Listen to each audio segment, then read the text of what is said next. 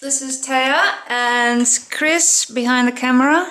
Hello. Yeah. Hi, Chris. Hi, And people who are watching. Yeah, let's go. Here we are back in the kitchen.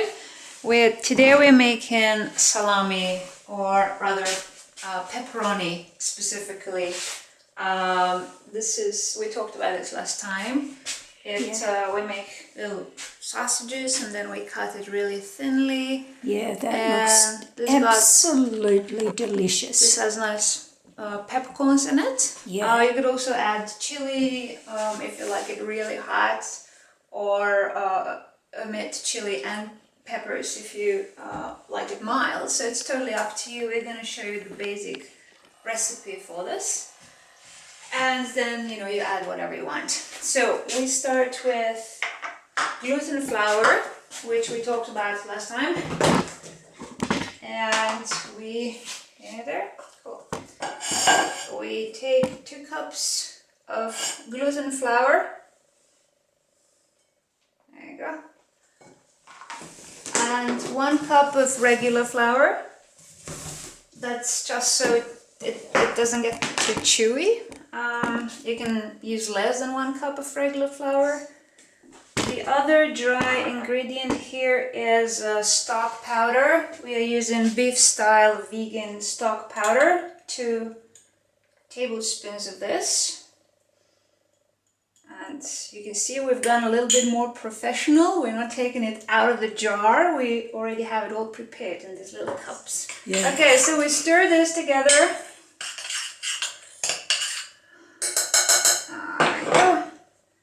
Lovely. And then we start adding the liquid ingredients. Or actually, if you're using peppercorns, that's when you add peppercorns. Use a few of those, and we're gonna put some ground pepper in as well, so it's nice and hot. A lot of it, or less, whatever you want. Okay, now we're gonna add garlic paste, also 2 tablespoons of garlic paste, which we had already prepared, and tomato paste, also 2 tablespoons of tomato paste. Okay, and then we put in 1/4 of a cup of soy sauce. This is gonna make it nice and salty, so it's basically ready to eat. Obviously, if you're avoiding salt, as with other things, you use less of it. And now we're gonna put in 1/4 of a cup of liquid smoke. And now we're gonna put in 1.5 cups of water, of sort of not very cold water and not very warm either, sort of. And now we mix it into a dough. And we do this kind of gently. You want to get all the gluten in, so it incorporates into the mixture, but you don't want to kind of knead it too vigorously, because you want the tomato paste to spread around, and that's how you're gonna get those little white patches or strips that happen. There's no specific technique.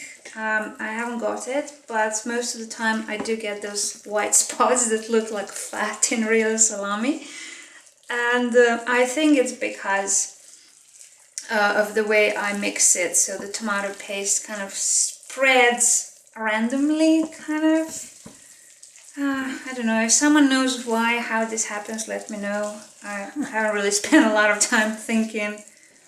Now we're gonna get an old cloth, because we're gonna wrap it in it. So we want something that is old and that is clean, of course, but it will get stained, so you might as well use the same thing all the time. Okay. So we divide it in, it sort of depends how fat how thick you want your salami. It can be like really thin, like this, could be very, very thin, or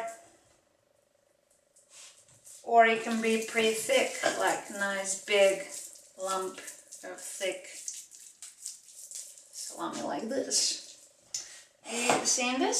Okay, so we roll it up like this. You just want it all covered so it doesn't touch the next one, which is here. We're gonna make this one thick. Okay, there you go. And then a third one.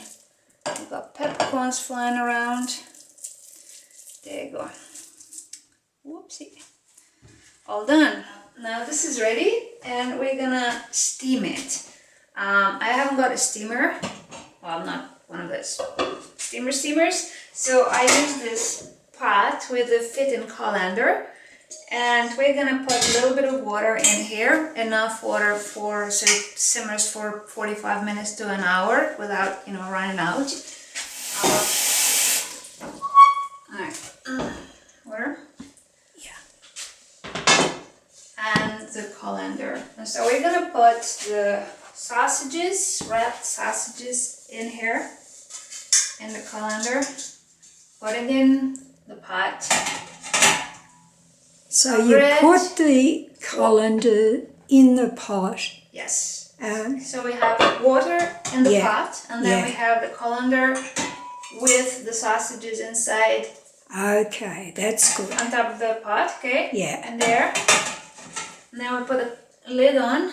And then we take it over to the stove.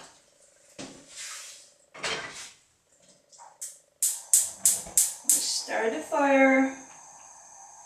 And as soon as the water boils, you can then lower it down to a minimum and just let it simmer for 45 minutes. So our sausages should now be ready. It's been more than 45 minutes.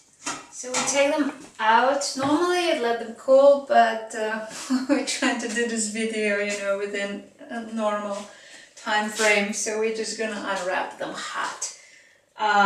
When they're cool, they unwrap really easily. When they're hot, not so easily. So normally you would let it cool. Okay, just leave it there for a few hours.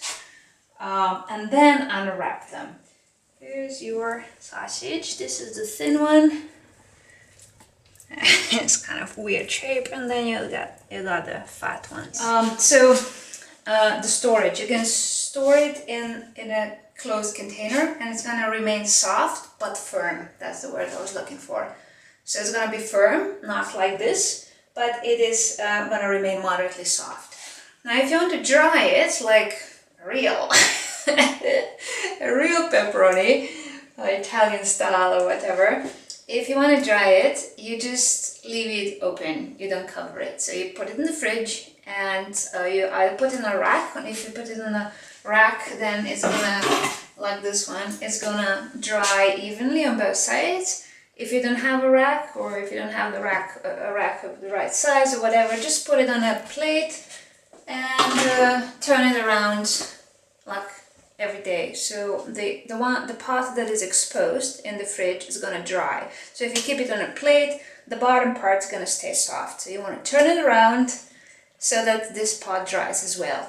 And if you leave it in the fridge without covering it for too long, then it gets really dry, like this thing here. Okay, but it's still good. It's a bit harder to cut, and it could be a bit dangerous as well. Depends, how clumsy you are or not, what kind of knife you're using, and so on. But it is cuttable. So we're gonna cut this now. See? There you go. It is a bit too dry, but it's equally delicious. It doesn't affect the taste. It's just dry. It doesn't look as good as if it. Okay, that looks really good. Yeah. Just be really patient with it. We rushed it a little bit today, but that's good. Yeah. Good luck. Good. Okay.